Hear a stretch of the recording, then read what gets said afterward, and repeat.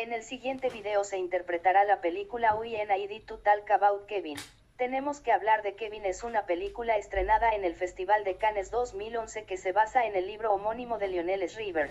Tenemos que hablar de Kevin nos habla de la psicología del niño rechazado, el niño que se convierte en un joven disocial y posteriormente en adulto con conductas antisociales. Si no has visto la película, como siempre te recomiendo ir a verla, ya que en esta ocasión analizaremos una película que tiene una trama un poco más intrincada y que combina escenas del presente y pasado. Sería ideal que la vieran antes para evitar quitar el efecto sorpresa.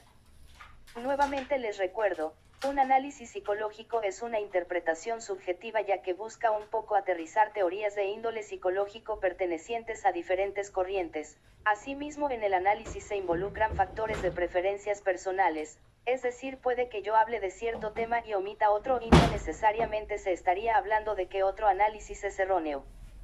Si ya viste la película o no te importa que te arruine el final, esta tiene como tema principal el desarrollo infantil y su influencia sobre las conductas patológicas. Más específicamente, Kevin decide un día ir a la escuela con un arco y acabar con la vida de algunos compañeros, desencadenando una tragedia social que no solo termina con él en la cárcel y con la muerte de varios inocentes, sino con el estigma negativo hacia la madre del asesino.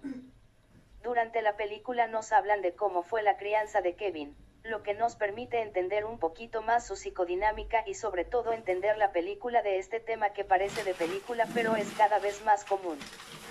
La película comienza con la puerta del patio abierta y los aspersores encendidos, que nos deja salir a ver los recuerdos de la madre de Kevin antes de que él naciera, para ser más exactos de la fecha en que fue concebido. En teoría, las circunstancias a partir del nacimiento y la primera infancia influirán en gran medida en la personalidad y el desarrollo del infante. Sin embargo, también la historia de mamá y papá cuentan. Lo que pasó antes de Kevin es de lo que hablaremos primero.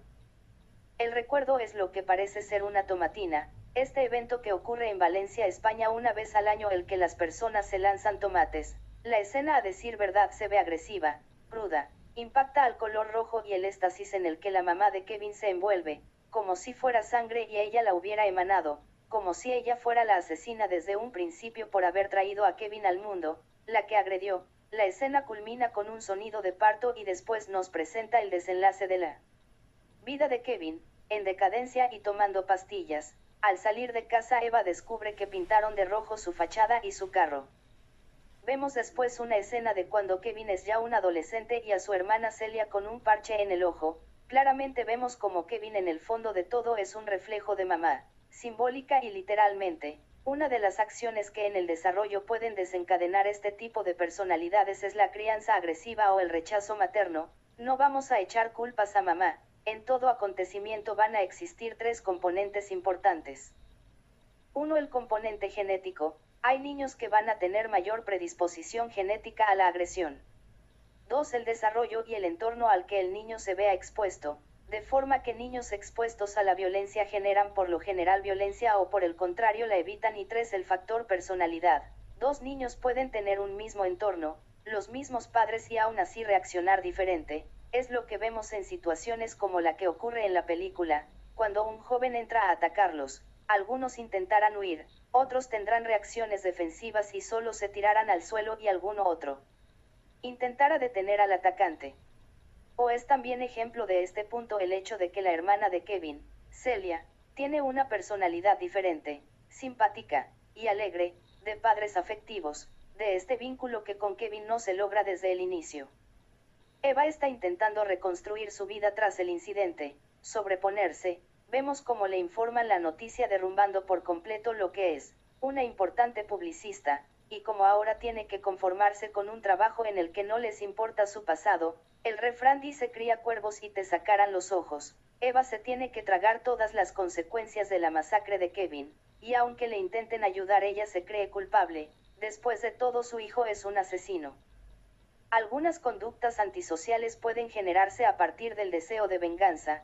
Ferenczy en su teoría nos dice que los actos delictivos representan simbólicamente una venganza desplazada contra la tiranía primitiva o opresora de su progenitor, como diciendo: a mí me castigaron, ahora yo haré lo mismo. Pero como me es imposible castigar a papá y mamá, castigo a otros. El castigo para mamá al final existe, porque se queda sola, sin el afecto, rechazada por todos. como Kevin en su infancia. Tenemos que hablar sobre la falta de deseo que tenía Eva por Kevin. Esto no significa que todos los embarazos no planeados vayan a generar niños disociales. En realidad, psicológicamente hablando, puede haber niño no planeado pero no niño no deseado. Obviamente a nivel consciente se puede decir que no se quería, pero conscientemente las acciones de Eva nos hablan de un deseo. Lo que se aniquila es el deseo por ella, que se ve libre en comparación a las escenas posteriores de la película. Cuando una mujer se convierte en madre o se embaraza, el hombre puede sentir cierto rechazo porque a partir de ese momento se genera una fantasía de incesto, de no estar más con una mujer sino con mamá. Eva no puede renunciar a su castigo, no se puede ir del pueblo que destrozó porque es donde Kevin está en la cárcel. Otro lugar en el que pareciera que Kevin estaba en la cárcel es en el vientre materno, un embarazo vivido con desánimo, con falta de energía, de ganas. Eva se sentía también en la cárcel estando embarazada. Cuando va a visitar a su hijo, este se arranca las uñas, como una autoagresión, para controlar los deseos agresivos hacia su madre. Eva también tiene un impulso agresivo, lo vemos en sus puños cerrados durante la visita, cuando decide no hacer nada ante el sufrimiento de un joven en la cárcel, lo vemos después del parto cuando deja al niño llorar desconsoladamente, mientras Franklin intenta vincularse sin éxito. En realidad tenemos que hablar de Kevin. La teoría nos dice también que el niño tenderá a realizar acciones congruentes con las expectativas que tienen en él. El niño rechazado hará lo necesario para ser insoportable, travesuras, llorar todo el día o asesinatos. La incapacidad de Eva para vincularse la hace agredir al niño. Es claro que ninguna madre quiere dañar a su hijo, exceptuando a aquellas con rasgos patológicos obviamente. El padre descalifica el sentir de la madre, tampoco enseña a ser empático. Mamá no tiene contacto.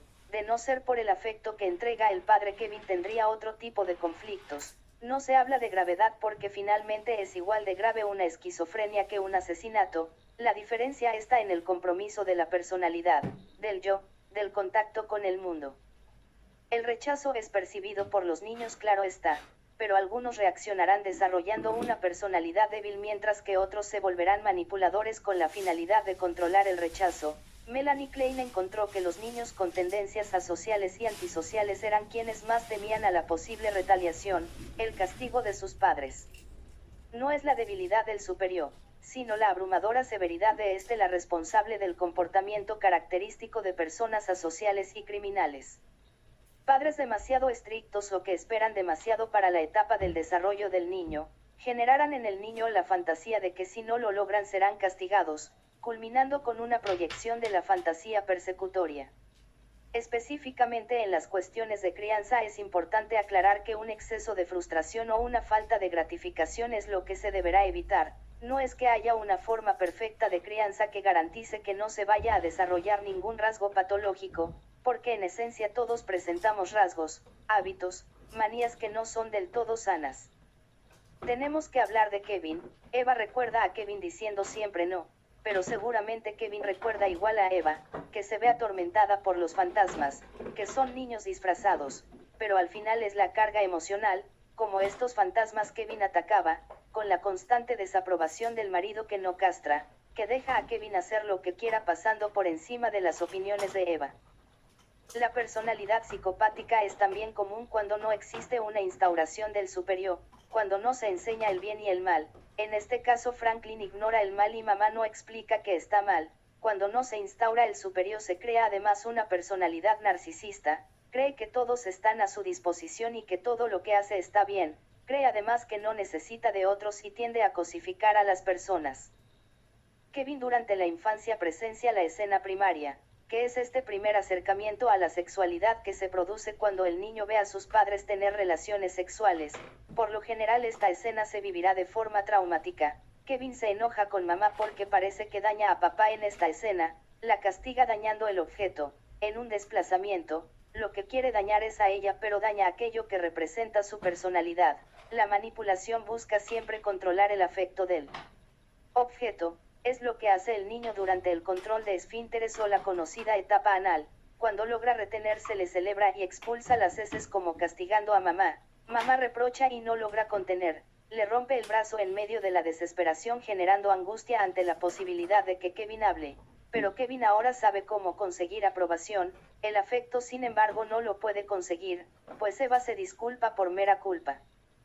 Lo que Kevin hace es generar un conflicto por la falta de congruencia. No se puede castigar a Kevin por dañar, ni por nada, porque si se le castiga Kevin hablará de la falta de mamá. Eva tiene un acierto al comprometer su propio narcisismo y reconocer su error con tal de poder corregir al niño que Franklin justifica en cualquier circunstancia. Ante el segundo embarazo de Eva, Franklin no está de acuerdo y en Kevin se genera la fantasía de que será reemplazado por alguien mejor. Desde el primer momento Kevin se empeña en demostrar que es malo. El único momento de vinculación que tienen Eva y Kevin es mientras le cuenta un cuento de Robin Hood un día que Kevin enferma, pero posterior a eso Kevin vuelve a su actitud de agresión hacia la madre. Franklin compra un arco que se vuelve la afición de Kevin, al principio un juguete inofensivo, pero después el medio para canalizar su agresión, hasta el día en que Kevin elige disparar al blanco correcto. Kevin da un discurso en el que habla de que la gente en la tele ve a gente como él, como si hubiera sido solo un llamado de atención falto de empatía, en realidad ahora tiene la atención del mundo. Celia la hermanita nunca percibe que Kevin le agrede y Eva y Franklin nunca hacen algo ante las conductas evidentemente antisociales. Ante la falta de vinculación son incapaces de entender las emociones y necesidades de Kevin, así como hay personas carentes de la capacidad de captar los sentimientos de otro. En el extremo contrario se encuentran aquellos que no poseen una delimitación de lo que siente el otro, lo viven como propio y se vuelven masoquistas. Existe la posibilidad de que Kevin sepa lo que los otros sienten, que no es que no lo entienda sino que se encuentre en un acto sádico. Existe una diferenciación entre la empatía caliente, que te permite identificarte y generar vínculos, y la empatía fría que te permite comprender y leer fríamente las sensaciones. Es probablemente esta última la que se presenta en Kevin. La teoría, sin embargo, nos dice que la empatía se origina durante el vínculo primario con la madre, durante la fase en que el bebé empieza a diferenciar su existencia de la de su madre. Empezará también a desarrollar en mayor o menor medida la inteligencia emocional. Sin embargo, cuando mamá no carga al bebé, no se puede volver este espejo. Es probable que éste desarrolle pobremente la habilidad de reconocer respuestas y emociones en otros. El tiempo perdido durante la infancia no se puede recuperar. El adolescente no responderá ante una madre que le ha rechazado, que ha sido incomodada. Podemos ver cómo Kevin va a jugar golf con su mamá y logra expresarle lo dura que puede ser obteniendo una respuesta espejo. Pero tenemos que hablar de Kevin, de dónde aprendió a ser así.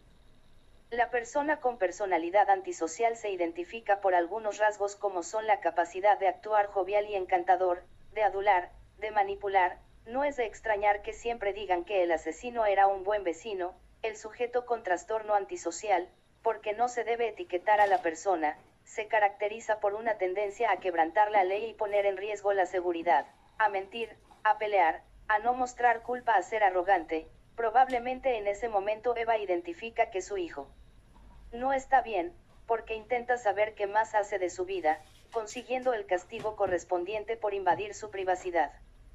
Tenemos que hablar de Kevin y de cómo sus papás ignoran las señales que por lo general van de menos a más. Eva sabe que el arco es un arma en manos de su hijo y Franklin le da un arma. Eva sabe que Kevin probablemente fue quien puso al hámster en el triturador, pero no lo quiere decir. Eva sabe que el accidente de Celia no fue un accidente y Franklin no lo quiere ver nunca. La mejor forma de reparación que tendrán los padres ante el daño que generan será aceptar que se equivocaron, que el niño y ellos requieren ayuda para preservar su salud mental. Eva se tiene que disculpar por hacer sentir mal a Kevin por algo que sabe que hizo. Eva y Franklin no quieren hacerlo sentir culpable aun cuando lo es. Kevin entiende el contexto. En su fantasía sus papás se separan por su culpa, pero es en realidad por su incapacidad de ponerse de acuerdo, de establecer roles. La posibilidad es que Kevin se enfoca en ser el mejor, en enorgullecer, en ser el Robin Hood que le contó mamá. En otras teorías se menciona al cometer el delito el sujeto satisface una necesidad de autocastigo proveniente de una inconsciente sensación de culpabilidad, y que según él, proviene de la culpa primordial en el complejo de Edipo, matar al padre para quedarse con la madre. La culpa no aflora en el campo consciente sino que frecuentemente está reprimido en el inconsciente. Eva no se da cuenta de que no solo fue en la escuela, sino que además Kevin mató a Franklin y a Celia en el jardín, marcando la casa, su vida, Probablemente en su mente pasa la pregunta de, ¿por qué no la mató a ella? Si nunca se llevaron bien, si nunca se quisieron, la respuesta puede ser la lista interminable: falta de vinculación por la cual ni siquiera merece ser aniquilada, deseo de venganza por el rechazo o por la crianza tan dura, deseo de cumplir las expectativas, manipulación. Desarrollo infantil. Factores de personalidad. Falta de vinculación. Venganza ante el rechazo. Respuesta a las expectativas. Agresión reprimida. Venganza ante la agresión. Exceso de frustración o falta de gratificación. Falta de conciencia del bien y el mal. Manipulación. Falta de contención. Falta de empatía. Llamado de atención. Conducta aprendida. Negligencia y desatención. Encubrimiento del problema. Pérdida de contacto con la realidad. Creo que al final siempre se busca el afecto de la madre, al final todas las patologías tratan de amor y la falta de querer. Kevin dice al final que creía saber por qué lo había hecho, pero que ahora no lo sabía. Probablemente reconoce por primera vez que aún en los malos momentos su mamá iba a estar ahí, y Eva reconoce que el papel de la madre es contener la angustia y los miedos de su hijo. Necesitamos hablar de Kevin. Necesitamos hablar de la sociedad en este análisis. Te invito a la reflexión sobre cómo no podemos juzgar un acto. Las personas hacen cosas por muy diversas razones. Tal vez Eva no fue culpable y el entorno actuó de igual forma. Como menciona Ignaz Lepe, la misma familia no es, a menudo, más que una yuxtaposición de soledades. Creen conocerse porque están siempre juntos, mientras que en realidad nadie se abre verdaderamente a los demás. No se comprenden, no sospechan siquiera que haya algo que comprender en los padres o en los hijos, en los hermanos y hermanas. El papel de la familia en las relaciones interpersonales será esta capa protectora que ayudará al niño a sobreponerse a desaires, rechazos y burlas de su entorno. Es imperativa, por no decir urgente, fortalecer esta capa protectora con la que muchos niños cuentan, pero es más aún imperativo ayudar a esos niños que no fueron dispuestos de esa capa en familia.